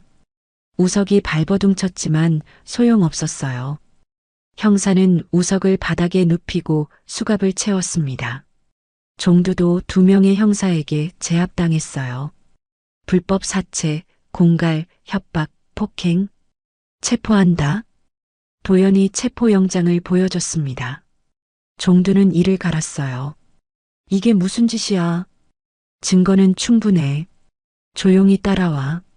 도연은 종두에게 수갑을 채웠습니다. 테이블 위에 놓인 돈 봉투들을 모두 증거물로 압수했어요. 가방 안에 든 수금 기록도 챙겼습니다. 이걸로 끝이야. 도연은 종두와 우석을 밖으로 끌고 나왔어요. 새벽 5시 시장 골목에는 경찰차 불빛이 밝게 비쳤습니다. 상인들이 하나둘씩 가게 밖으로 나왔어요. 체포 장면을 지켜보고 있었습니다. 과일 가게 아주머니는 손으로 입을 막았어요. 저 사람들이 잡혔어. 생선 가게 아저씨는 눈물을 글썽였습니다. 드디어 끝났구나. 떡집 사장님은 두 손을 모으고 하늘을 올려다봤어요. 감사합니다. 시어머니도 가게 밖으로 나왔습니다. 은정과 남편이 달려왔어요. 어머님, 은정은 시어머니를 꽉 안았습니다. 시어머니는 은정의 품에서 울음을 터뜨렸어요. 끝났어. 정말 끝났어. 남편도 시어머니를 안았습니다. 엄마, 미안해요. 다 제 잘못이에요. 남편은 무릎을 꿇고 시어머니 앞에서 울었어요. 시어머니는 아들의 머리를 쓰다듬었습니다. 이제 됐어. 이제 괜찮아. 도연이 다가왔어요. 어르신, 이제 안심하셔도 됩니다. 시어머니는 도연의 손을 잡았습니다. 정말 고맙습니다. 은정이 덕분입니다. 조카가 용기를 냈어요. 도연은 은정을 바라보며 미소 지었어요. 은정은 눈물을 닦으며 웃었습니다. 시장 상인들이 모두 모여들었어요. 박수가 터져 나왔습니다. 고맙습니다. 드디어 자유예요. 이제 편하게 장사할 수 있겠어요. 상인들의 함성이 시장에 울려 퍼졌습니다. 도연은 상인들을 향해 고개를 숙였어요. 모두 수고하셨습니다. 앞으로는 평화로울 겁니다. 은정은 시장을 둘러봤어요. 새벽 하늘이 서서히 밝아오고 있었습니다. 어둠이 걷히고 빛이 찾아오고 있었어요. 마치 시장에 찾아온 새로운 희망 같았습니다. 은정은 시어머니의 손을 잡으며 웃었어요.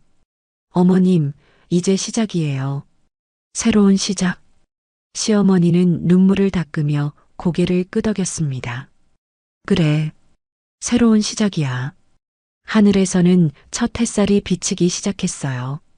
시장의 아침이 밝아오고 있었습니다. 같은 시각, 시장에서 3km 떨어진 주택가. 형사 2명이 한 빌라 앞에 섰습니다. 3층짜리 낡은 빌라 2층이었어요. 초인종을 누르자 안에서 발소리가 들렸습니다. 문이 열렸어요. 40대 중반의 경찰관이 나타났습니다. 은정이 파출소에서 만났던 바로 그 사람이었어요. 무슨 일이세요? 경찰관 박철수는 불안한 표정을 지었습니다. 박철수 경사님이시죠? 형사가 물었어요. 네, 그런데 체포영장이 나왔습니다. 형사는 영장을 보여줬습니다. 철수의 얼굴이 창백해졌어요. 뭐라고요? 조직 범죄 방조, 신고, 은폐, 뇌물수수 혐의입니다. 형사는 수갑을 꺼냈습니다. 철수는 뒤로 물러섰어요. 아니에요. 저는 증거가 있습니다. 조용히 따라오시죠. 형사가 철수에게 수갑을 채웠습니다. 철수는 고개를 떨궜어요. 어깨가 축 처져 있었습니다. 이 사람이 조폭들한테 정보를 흘리고 있었습니다. 형사가 설명했어요. 신고가 들어오면 묵살하고 단속 정보도 미리 알려줬습니다. 철수는 아무 말도 하지 못했어요. 대가로 매달 100만 원을 받았습니다. 형사는 철수의 통장 거래 내역을 보여줬습니다. 매달 5일마다 100만 원씩 입금된 기록이 있었어요. 이건 철수는 변명하려 했지만 말이 나오지 않았습니다. 형사들은 철수를 밖으로 데리고 나갔어요. 경찰차에 태우고 시장으로 향했습니다. 시장에는 이미 많은 상인들이 모여 있었어요. 종두와 우석이 경찰차에 실리는 모습을 지켜보고 있었습니다. 또 다른 경찰차가 도착했어요. 안에서 철수가 내렸습니다. 상인들은 깜짝 놀랐어요. 저 사람, 파출소 경찰 아니야? 맞아. 저 사람한테 신고했는데 아무것도 안 해줬잖아. 그래서 그랬구나. 상인들 사이에서 웅성거림이 일었습니다. 도연이 상인들 앞으로 나섰어요. 여러분, 이 사람은 비리 경찰입니다. 도연의 목소리는 크고 명확했습니다. 조폭들과 결탁해서 여러분의 신고를 묵살했습니다. 상인들은 분노에 차서 철수를 바라봤어요. 그러니까 신고해도 소용없었던 거였구나. 과일 가게 아주머니가 소리쳤습니다. 우리가 얼마나 힘들었는데. 생선 가게 아저씨도 주먹을 쥐었어요. 철수는 고개를 숙인 채 아무 말도 하지 못했습니다. 도연은 철수를 경찰차에 태웠어요. 이제 모든 게 밝혀졌습니다. 안심하셔도 됩니다. 도연의 말에 상인들은 박수를 쳤습니다. 환호성이 시장에 울려 퍼졌어요. 은정은 시어머니와 함께 서 있었습니다. 시어머니는 눈물을 흘리고 있었어요. 정말 끝난 거야? 네, 어머님. 이제 정말 끝났어요. 은정도 눈물을 닦았습니다. 남편이 두 사람 옆으로 다가왔어요. 엄마, 은정아. 남편의 목소리는 떨렸습니다. 다 제 잘못이에요. 제가 엄마한테 이런 짐을 지웠어요. 남편은 무릎을 꿇었어요. 시장 바닥에 머리를 조아렸습니다. 죄송합니다. 정말 죄송합니다. 시어머니는 아들을 일으켰어요. 이제 됐어. 일어나. 엄마, 내가 잘못한 건 맞아. 하지만 이제 다시 시작하면 돼. 시어머니의 목소리는 따뜻했습니다. 앞으로는 바르게 살아라. 알았지? 남편은 눈물을 흘리며 고개를 끄덕였어요. 네, 엄마. 꼭 그렇게 할게요. 은정은 남편을 바라봤습니다. 실망스러웠지만 다시 시작할 수 있다는 희망도 보였어요. 당신, 이제 정말 달라져야 해요. 알아. 꼭 달라질게. 남편은 은정의 손을 잡았습니다. 고마워. 내가 없었으면 엄마는 어떻게 됐을지. 은정은 미소를 지었어요. 우리 가족이잖아요. 도연이 세 사람에게 다가왔습니다. 어르신, 이제 법적 절차가 남았습니다. 법적 절차요? 네. 불법 사채 계약은 무효입니다. 원금도 갚을 필요 없어요. 시어머니는 눈을 크게 떴어요. 정말요? 네. 이미 낸 이자도 부당이득으로 돌려받을 수 있습니다. 도연은 서류를 보여줬어요. 750만 원 정도 받으실 수 있을 겁니다. 시어머니는 손으로 입을 막았습니다. 그럼 빚이 없어진다는 거예요? 네, 완전히 없어집니다. 도연의 말에 시어머니는 주저앉았어요. 너무 기쁜 나머지 다리에 힘이 풀렸습니다. 하느님, 감사합니다. 시어머니는 하늘을 올려다보며 눈물을 흘렸어요. 은정과 남편이 시어머니를 부축했습니다. 어머님, 이제 정말 괜찮아요. 시어머니는 은정을 꽉 안았어요. 고맙다, 은정아. 정말 고마워. 아니에요, 어머님. 당연한 거예요. 두 사람은 한참을 그렇게 안고 있었습니다. 주변 상인들도 모두 울고 있었어요. 기쁨의 눈물이었습니다. 우리도 해방됐어. 이제 걱정 없이 장사할 수 있어. 정말 감사해요. 상인들은 서로 껴안으며 기뻐했습니다. 도연은 상인들을 모았어요. 여러분, 수고 많으셨습니다. 도연은 상인들에게 고개를 숙였습니다. 용기 내서 증언해 주셔서 감사합니다. 상인들이 박수를 쳤어요. 아니에요. 감사한 건 저희죠. 과일 가게 아주머니가 소리쳤습니다. 경정님 덕분에 살았어요. 도연은 미소를 지었습니다. 아닙니다. 은정이 덕분입니다. 도연은 은정을 가리켰어요. 이 사람이 용기를 내지 않았다면 여기까지 오지 못했습니다. 상인들은 모두 은정을 바라봤어요. 그리고 다시 박수를 쳤습니다. 은정 씨, 고마워요. 정말 대단해요. 우리 영웅이에요. 은정은 얼굴이 빨개졌어요. 아니에요. 저는 그냥. 아니야. 넌 영웅이야. 시어머니가 은정의 손을 잡았습니다. 너 아니었으면 나는 어떻게 됐을지 몰라. 은정은 눈물을 흘렸어요. 기쁨과 안도감이 한꺼번에 밀려왔습니다. 하늘은 이미 완전히 밝아져 있었어요. 아침 해가 시장을 환하게 비추고 있었습니다. 새로운 하루가 시작되고 있었어요. 아니, 새로운 인생이 시작되고 있었습니다. 시장 상인들에게도, 시어머니에게도, 그리고 은정의 가족에게도. 도연은 경찰차에 올라타며 손을 흔들었어요. 모두 건강하세요. 경찰차가 천천히 출발했습니다. 상인들은 손을 흔들며 배웅했어요. 은정은 시어머니와 남편과 함께 서서 경찰차가 사라지는 걸 지켜봤습니다. 이제 정말 새로 시작하는 거야. 시어머니가 중얼거렸어요. 네, 어머님. 이제 시작이에요. 은정은 시어머니의 어깨를 감싸 안았습니다. 세 사람은 함께 반찬 가게로 걸어갔어요. 시장은 점점 활기를 띠기 시작했습니다. 상인들은 웃으며 가게 문을 열었어요. 더 이상 두려움은 없었습니다. 자유가 찾아왔으니까요. 그리고 희망도 함께 찾아왔습니다. 한 달이 지났습니다. 12월 말 겨울 추위가 매서웠지만 시장은 따뜻했어요. 조폭이 사라진 후 시장은 완전히 달라졌습니다. 상인들은 더 이상 떨지 않았어요. 웃음소리가 골목마다 울려 퍼졌습니다.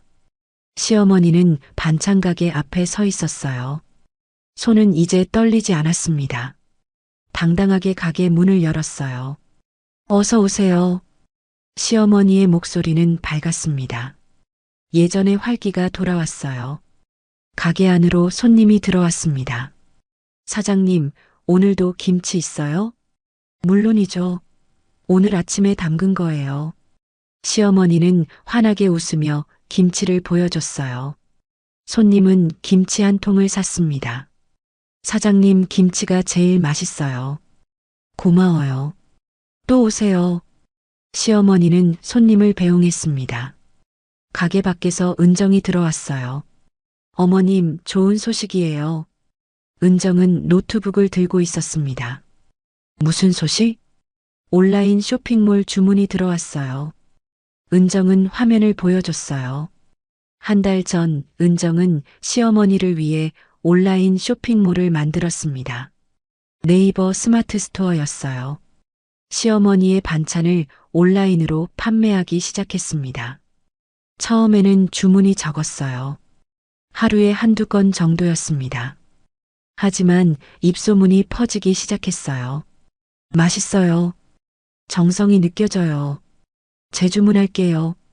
리뷰가 하나둘씩 쌓였습니다. 그러더니 주문이 폭발적으로 늘어났어요. 오늘은 20건이 넘게 들어왔습니다. 20건이나? 시어머니는 눈을 크게 떴어요. 네.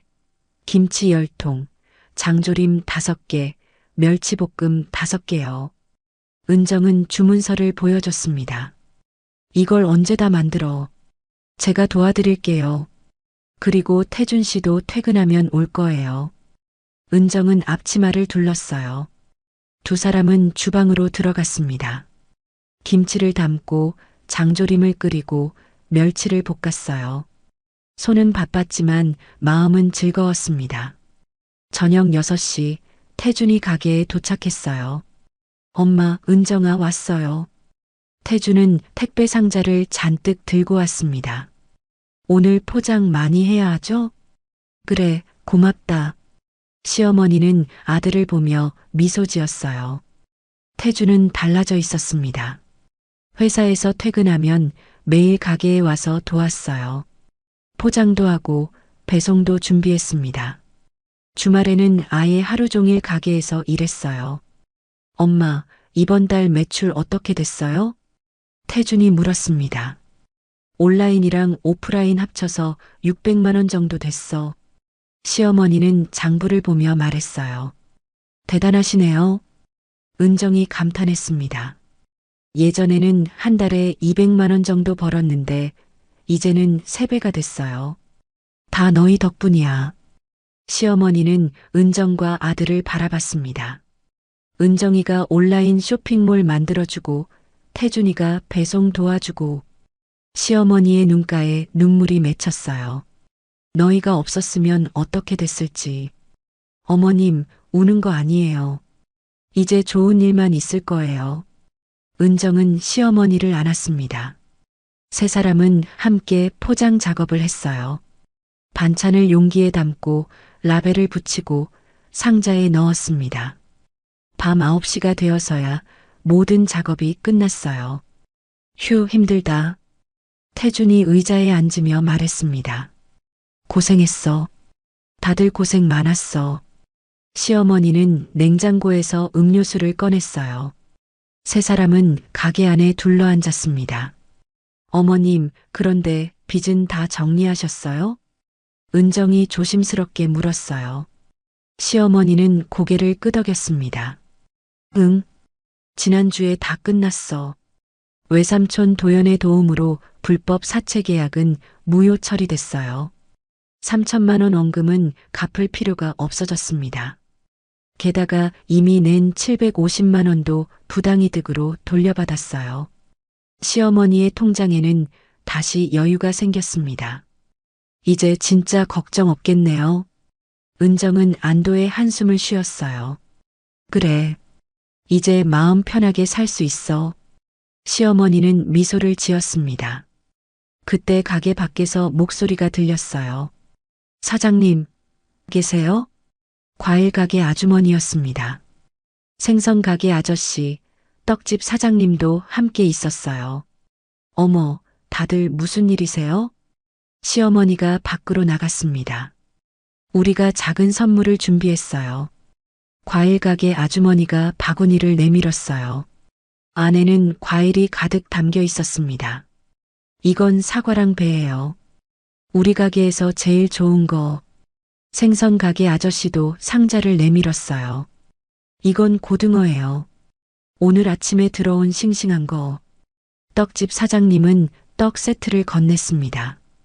이건 인절미랑 송편이에요. 우리 집 떡이 맛있거든요. 시어머니는 눈물을 글썽였어요. 이렇게까지. 고마워요. 뭐려? 사장님 덕분에 우리가 살았잖아요. 과일 가게 아주머니가 말했습니다.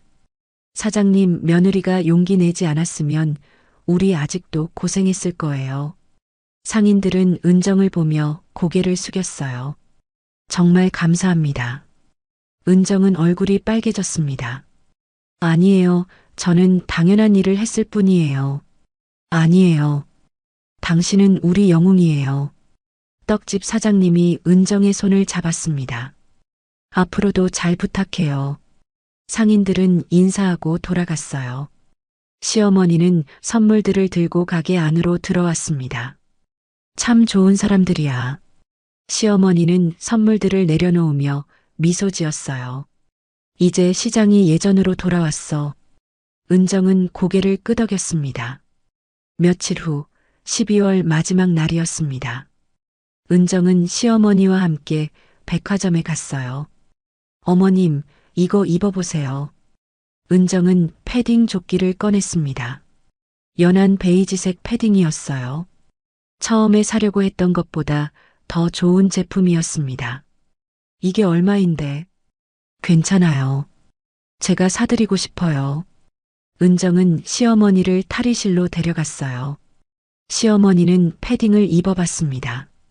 거울을 보니 딱 맞았어요. 예뻐요. 어머님 그래? 시어머니는 수줍게 웃었습니다. 이거 사줘서 고마워. 아니에요. 제가 더 감사하죠. 두 사람은 백화점을 나와 커피숍에 들어갔어요. 따뜻한 커피를 마시며 창밖을 봤습니다. 눈이 내리기 시작했어요. 하얀 눈송이가 조용히 내려왔습니다. 올해도 끝나가네. 시어머니가 중얼거렸어요. 정말 많은 일이 있었죠. 은정도 창밖을 바라봤습니다. 하지만 잘 이겨냈어. 시어머니는 은정의 손을 잡았습니다. 너 덕분이야. 정말 고마워. 저도 감사해요, 어머님. 어머님이 계셔서. 두 사람은 서로를 바라보며 미소 지었어요. 눈은 계속 내렸습니다. 하지만 두 사람의 마음은 따뜻했어요. 그날 저녁 은정의 집. 은정, 태준, 시어머니 세 사람이 함께 저녁을 먹었습니다. 시어머니가 만든 반찬으로 차린 식탁이었어요. 어머니 김치 진짜 맛있어요. 태준이 김치를 집어먹으며 말했습니다. 그래, 많이 먹어. 시어머니는 아들의 그릇에 반찬을 더 올려줬어요. 엄마, 내년에는 더 잘할게요. 태준이 진지하게 말했습니다. 부업도 시작했거든요. 주말마다 할 수 있는 거. 그래, 잘 생각했어. 시어머니는 아들의 머리를 쓰다듬었습니다. 앞으로는 바르게 살아라. 네, 꼭 그렇게 할게요. 태주는 시어머니와 은정을 번갈아 봤어요. 그리고 엄마 은정아. 정말 미안하고 고마워. 태준의 눈에 눈물이 맺혔습니다. 알았어. 이제 그만 울고. 시어머니가 웃으며 말했어요. 우리 이제 좋은 일만 있을 거야. 은정도 미소를 지었습니다. 네, 좋은 일만 가득할 거예요. 세 사람은 함께 밥을 먹었어요. 웃음소리가 집안을 채웠습니다. 창밖으로는 여전히 눈이 내렸어요. 하지만 집안은 봄처럼 따뜻했습니다. 고통의 겨울이 지나가고 희망의 봄이 찾아오고 있었어요. 가족은 서로의 손을 잡으며 고통보다 더 짙은 따뜻함을 맞이했습니다. 가족을 위한 한 며느리의 용기가 시장 전체를 구했습니다. 때로는 한 사람의 작은 용기가 세상을 바꿀 수 있다는 걸 우리는 이 이야기에서 배웁니다. 그리고 진정한 가족의 의미는 피보다 진한 책임과 사랑에서 온다는 것도요. 어둠이 가장 깊을 때 새벽은 이미 우리 곁에 와 있습니다. 오늘의 이야기가 당신의 마음에 작은 행복을 드렸다면 앞으로도 당신의 인생에 잔잔한 위로가 될 이야기들로 찾아뵐 수 있도록 구독과 좋아요를 눌러주세요. 그리고 사연의 주인공을 위한 따뜻한 응원의 말씀도 댓글로 남겨주시면 큰 힘이 됩니다. 당신의 오늘 하루도 노을처럼 아름답게 물들기를 바랍니다. 노을빛 인생이었습니다.